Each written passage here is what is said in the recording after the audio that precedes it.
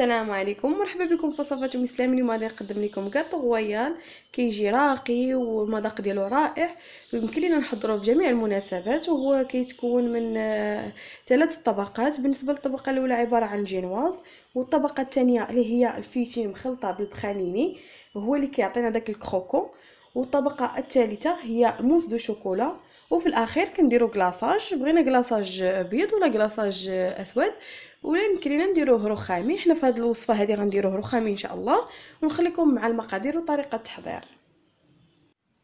بالنسبه للمقادير ديال الجينواز كنحتاجوا ليها 4 البيضات، 120 غرام ديال الطحين.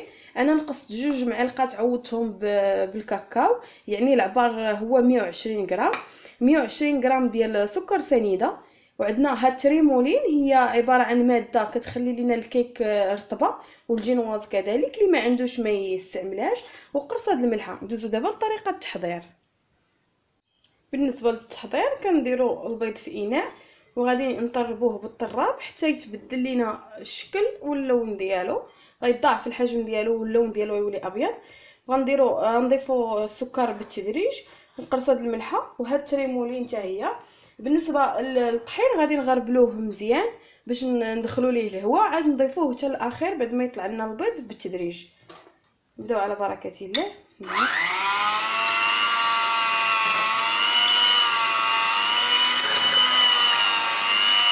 نضيفو دابا قرصه الملحه،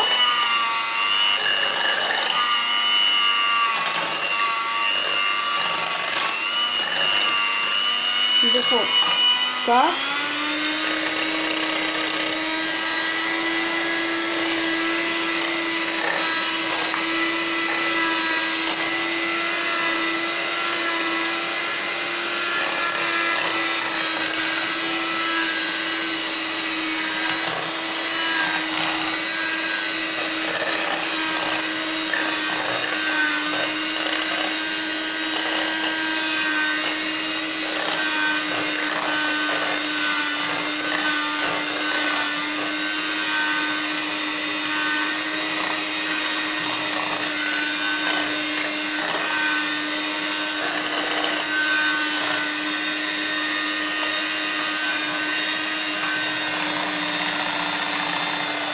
تريمولين،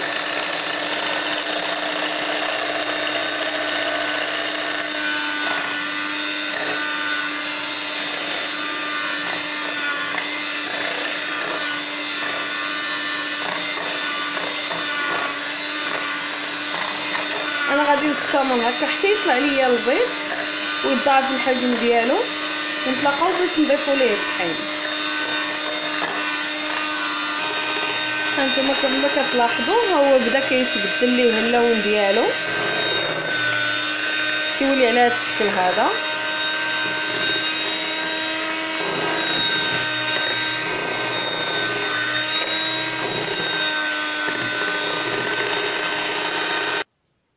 هذا هو الشكل ديال البيض ديالنا بعد ما طلع، كيجي على هذا الشكل هذا. انا هنا غربلت الطحين مع داك الكاكاو باش تدخل ليه الهواء، وبدا نضيف معلقه بمعلقه، وكنخدم بهذه الطريقه هذه. راه سبق لي حضرت الجينواز في القناه، كنخدمو هكا باش ما يهبطش لينا البيض.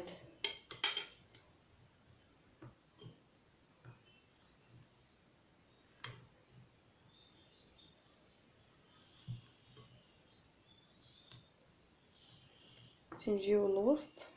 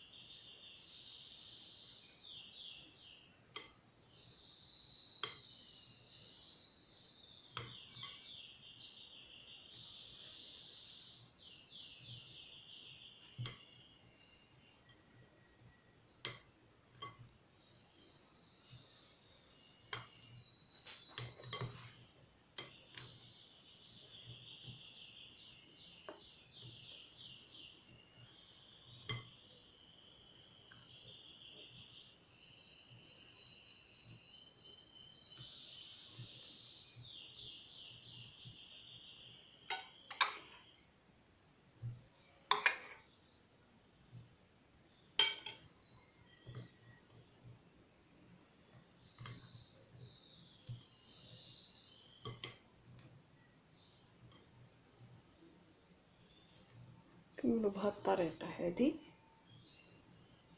حنا تندخلوا 120 غرام ديال الطحين فيهم نقصنا من 120 غرام 2 معالق ديال الطحين وعوضناهم بالكاكاو. صافي كيجي الشكل ديالها على هاد الشكل بحال هكا. كناخذوا لاطه كنديروا عليها هاد الوراق، كناخذوا شويه ديال العجينه ونحطوها في الطاوه بحال هكا بحال هاد الشكل هذا باش يلصق لينا الكاغي.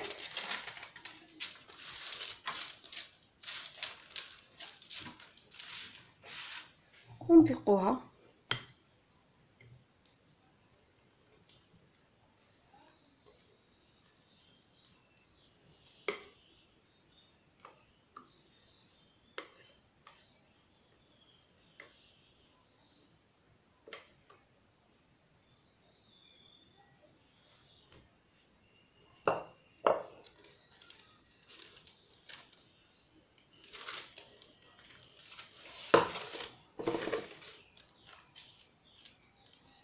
نسرحوها بحال الطريقه هذه. والمول تيبقى اختياري، بغيتيه مستطيل بغيتيه دائري اللي بغيتي. انا غنديرها في هذا المول عاد منين نبغي نصايبها غادي المونطير غادي نطراسيه بالمول اللي غنخدم به دائري.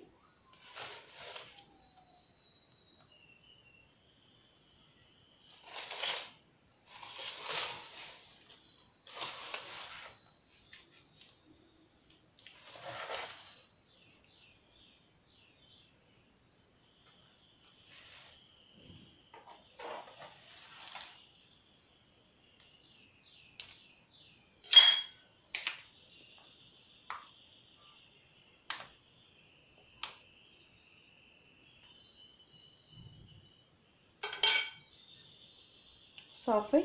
بالنسبه للفران انايا سخنته على درجه حراره 180 درجه. بون غنقول لكم الطريقه كيفاش غادي نديرو في الفران. غنخشيو طاوه من في الاسفل مقلوبه، وعاد نحطو الطاوه هذه اللي فيها الجينواز ديالنا باش تجي بعيده على الفران وما توصلها السخونيه بالزربه، وهي كطيب مهيله على خاطرها حتى نكملوها حتى طيب لينا مزيان. غير مده ديال 10 ديال الدقائق ولا على حسب كل فران، ونخرجوها باش نكملو الفويتين ديالنا. بالنسبه للطبقه الثانيه اللي هي عباره عن 100 غرام ديال البخانيني، وعندنا 50 غرام ديال الفيتين كيعطينا داك الكروكون وكتجي رائع في لي كيك ديك القرماشه. غندوزو للطريقه ديال التحضير. تنديروا هاد الفيتين غادي ان شاء الله ننزل لكم طريقه التحضير ديالو في البيت. غنخلطوا بهاد البخانيني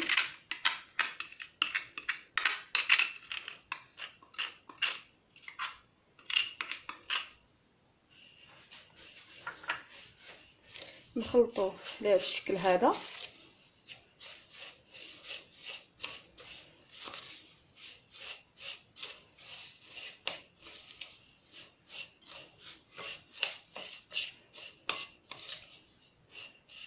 كما كتلاحظوا صافي. ونجيبو الجينواز ديالنا باش نسرحوا فيها الطبقه الثانيه. هذه هي لا جينواز ديالنا كيف ما كتشوفوا. انا طراسيتها على المول اللي غادي نخدم به، هذا اللي كيوسع تيصغر وتيكبر كما كتلاحظوا. غادي نطلق هاد الخليط ديال البخانيني والفيتين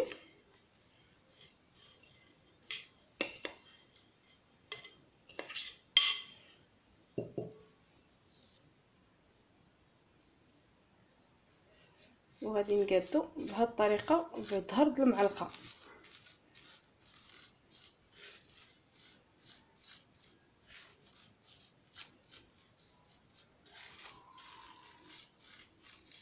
نطلقوا حتى نقادو.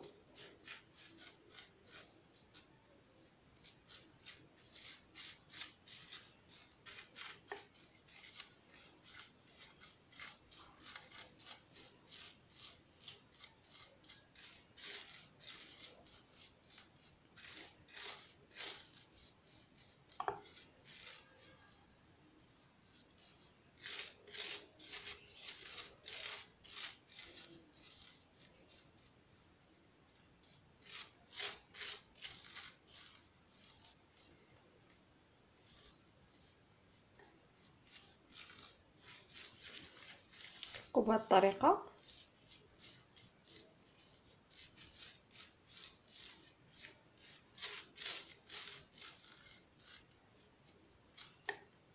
كيعطي داك القرمشه رائعه لي كيك.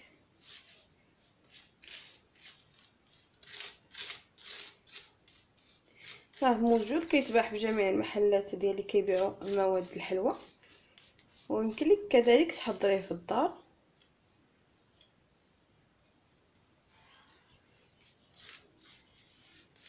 صافي دابا ندوزو للطبقه الثالثه اللي هي عباره عن موس دو شوكولا.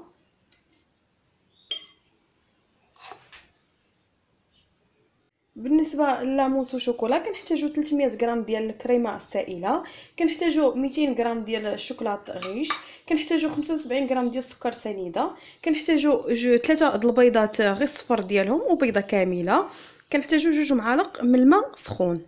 ندوزو دابا لطريقه التحضير.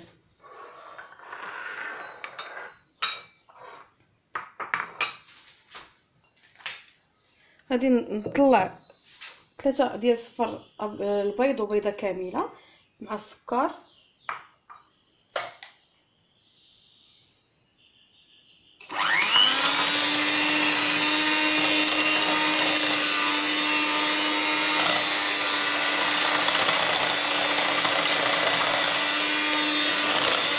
حتى يضاعف لينا الحجم ديالهم، ونضيفو جوج معالق ديال الماء اللي كيكون الماء غليان.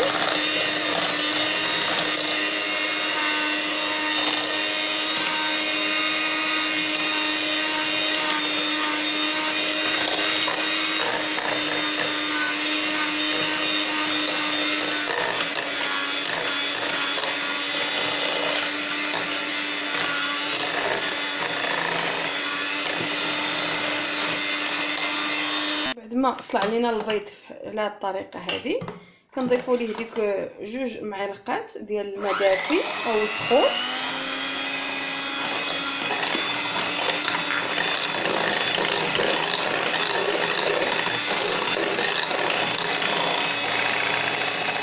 ونضيفوا له هذا الشوكولا ما يكونش هذا الشوكولاط ما يكونش سخون باش ما يطيبش لينا هذا البيض.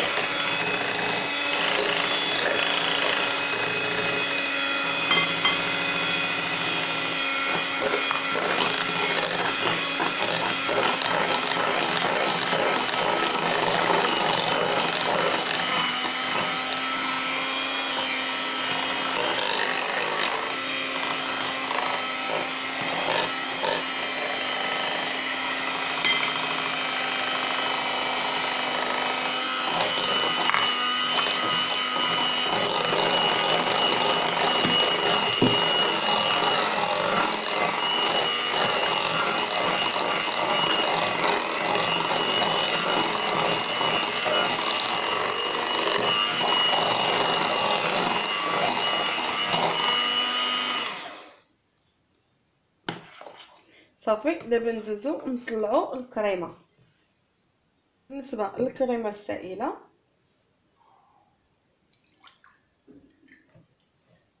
عندنا 300 غرام، كنطلعوها. انا غادي نستمر هكا حتى تطلع ليا ونتلاقاو باش ندمجوها مع الشوكولا اللي درنا.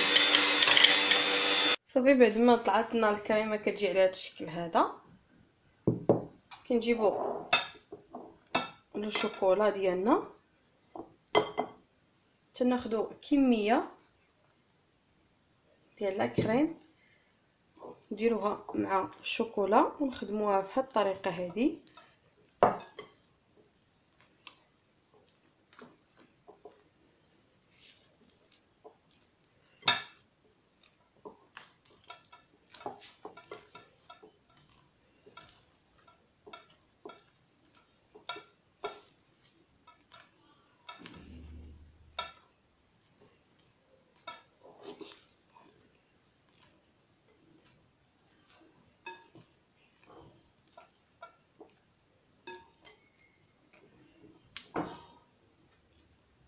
بهذا الشكل هذا انا غنضيف كلشي على الكريمه.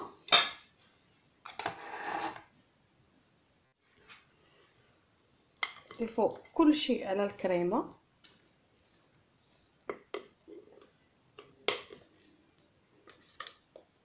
هاد لاموس شوكولا كتجي رائعه بزاف.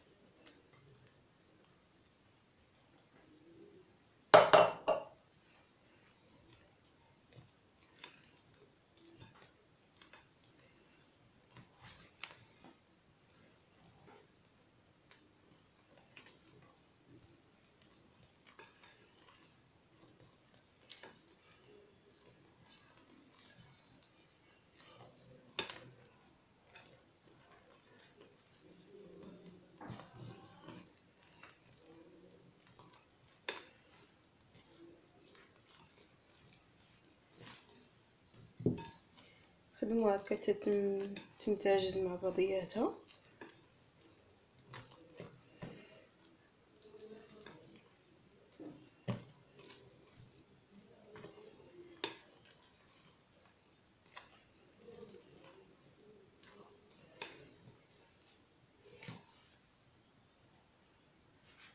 بعد ما وجدت لنا لاموس كتجي على هذا الشكل هذا، غنضيفوها على الطبقه ديال البخانيني والفيتي.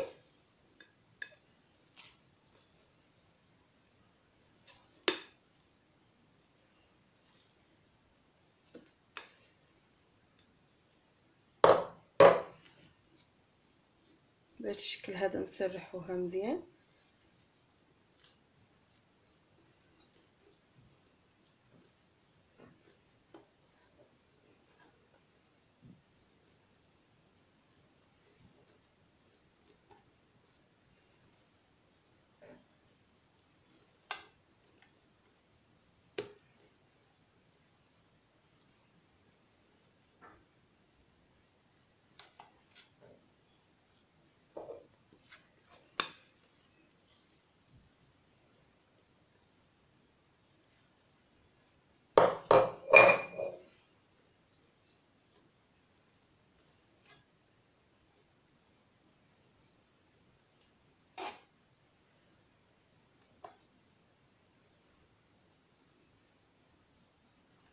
نقادو ليها الوجه ديالها بهذه الطريقه هذه.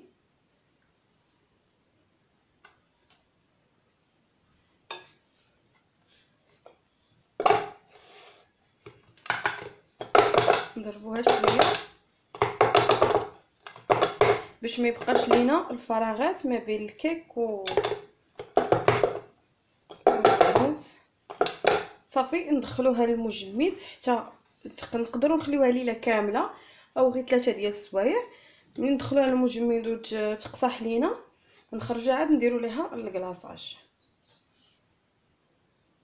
بالنسبه للكلاصاج كنحتاجوا ليها 100 غرام ديال السكر سنيده، عندنا 100 غرام ديال الكليكوز، عندنا 50 غرام ديال الماء، عندنا 80 غرام ديال الحليب المحلى المركز، عندنا 100 غرام ديال الشوكولاط ابيض، عندنا 2 ورقات ديال الجيلاتين.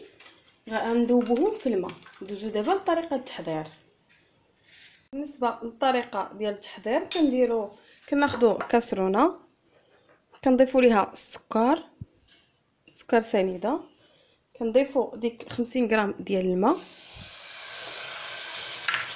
ونضيفوا ليها الكليكوز،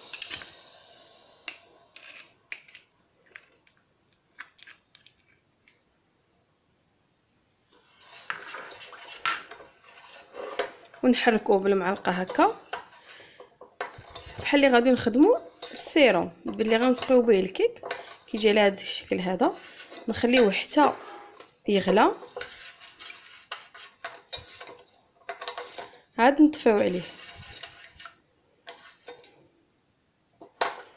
تيبقى اللون ديالو ابيض، ما كيولي لنا لا بني لا والو، كيبقى ابيض حتى يذوب لينا سنيده.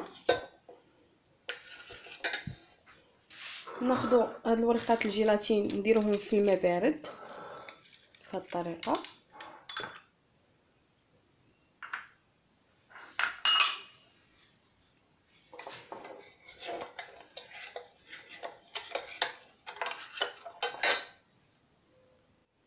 بعد ما نزلناه من البوطه كيجي على هذا الشكل هذا، وهو سخون تندير ليه ديك الوريقات الجيلاتين نعصرهم مليح.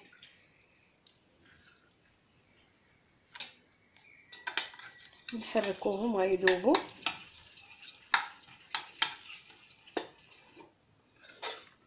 كما كتلاحظوا ناخذ اناء كبير ونديروا فيه الحليب المحلى المركز، نضيف ليه هاد لوسيرو ديالنا،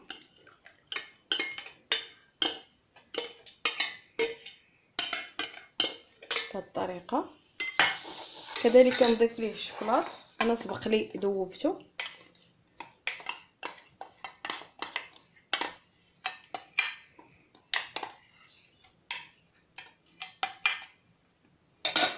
بالطريقه ونحركهم مزيان. انا استعملت الشوكولاط كالا كيعطينا اللون ابيض، ما نحتاجوش نديروا ليه الملون، كيجي على هذا الشكل هذا.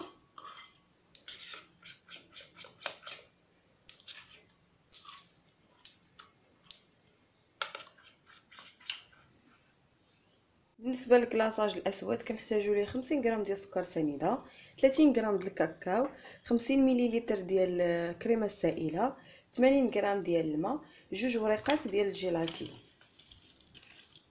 ندوزو دابا لطريقه التحضير. كناخذوا زلافه فيها ماء بارد، نضيفوا ليها هاد الوريقه ديال الجيلاتين، نخليوها تفزك. ناخذوا كاسرونه نديروا فيها الكريمه،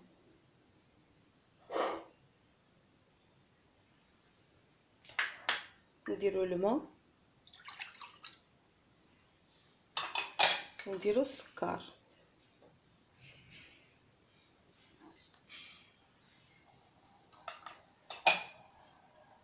ناخذ واحد الفوي ونحركو تيتكون لينا السيرو ديالنا حتى تطلع الغليه. عاد ندير داك الكاكاو وورقه الجيلاتين،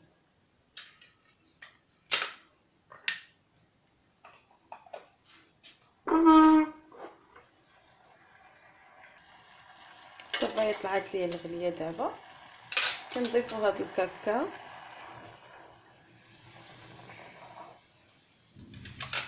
ونحركوه باش ما تبقى لينا حتى شي حاجه متكوره.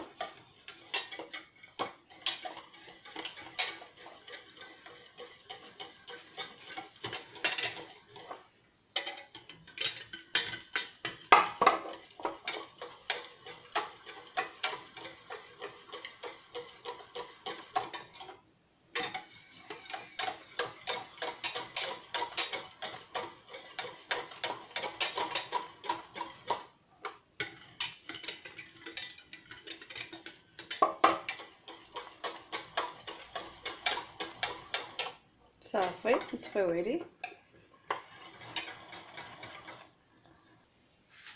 صافي نضيفوه في اناء،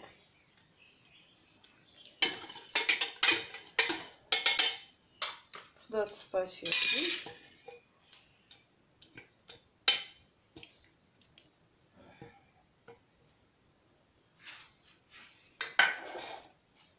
نضيفوا ليه هاد جوج وريقات ديال الجيلاتين، نعصروهم بيدينا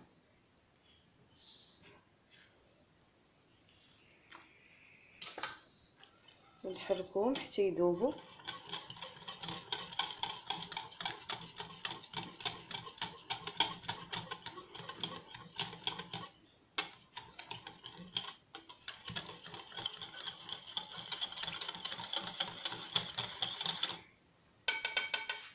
باش نتاكدوا ما بقات فيه لا حبيبات لا والو نميكسيوه شويه بهذا الخلاط اليدوي.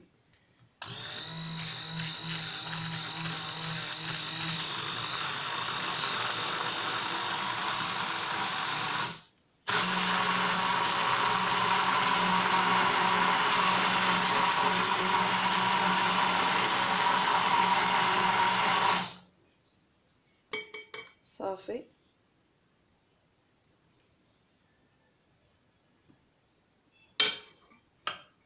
تيجي على هذا الشكل هذا.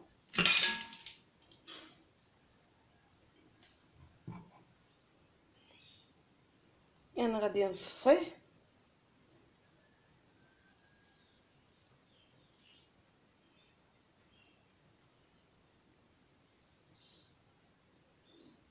صفيتو كيف ما كتلاحظوا، وها هو الكناج ديالنا واجد كيجي على هذا الشكل هذا، فيه داك اللمعان، حيت الكريمه هي اللي كتخرج ليه داك اللمعان كيف ما كتشوفوا. هذا يمكن لينا نستعملوه في اي كيك بغينا، واخا تكون غير كيك عاديه. دابا ندوزو باش نمونطيو الكيك. بعد ما بات الكاطو رويال ديالنا ليله كامله في الفريكو، كيخرج كيجي على هذا الشكل هذا. هانتوما كتلاحظوا طبقات. غنخليوه ونجيو نكملوا الكراصاج بيتو حتى هو ليله كامله. واليوم الصباح درت ليه في الباماغي باش تطلق ليا عاوتاني، ودرجه الحراره ديالو تكون معتدله، ما يكونش سخون بزاف باش ما يذوبش لينا لا كريم. وهذا هو الكاناج شوكولا، كتشوفوه كيفاش كيجي، ما فيه لا حبيبات لا والو.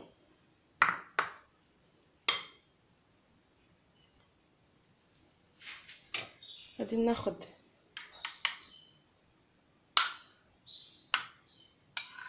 معلقه وغنديرها في الكاناج الابيض.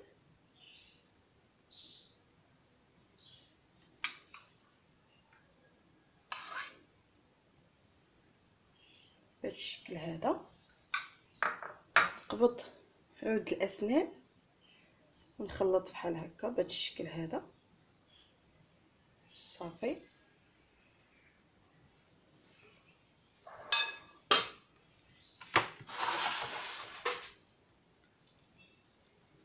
نجيب الكيك ديالي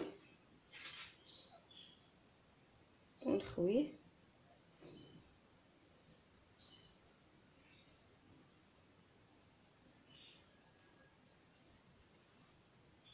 بهذا الشكل هذا.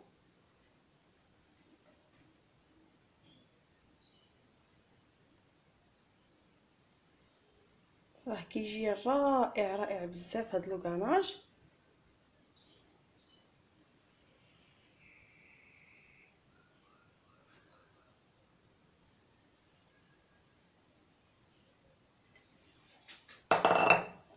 نحاول نضربو شويه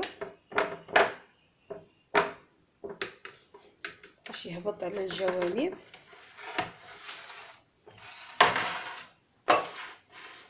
ها هو الكاطو ديالي كيف ما كتلاحظوا، راه كيجي رائع رائع بزاف.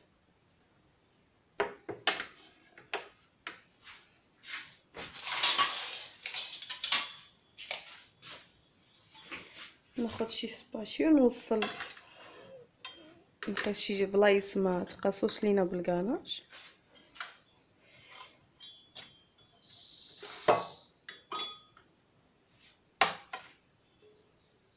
هذا هو الشكل النهائي ديال الكاطو رويال ديالنا، كيجي على هذا الشكل هذا. نتمنى تجربوه وينال اعجابكم. وقبل ما نودعكم في هذا الفيديو ما تنساوش تشتركوا معايا في القناه، وكذلك الضغط على الجرس باش توصلوا بكل ما هو جديد وبالصحه والراحه.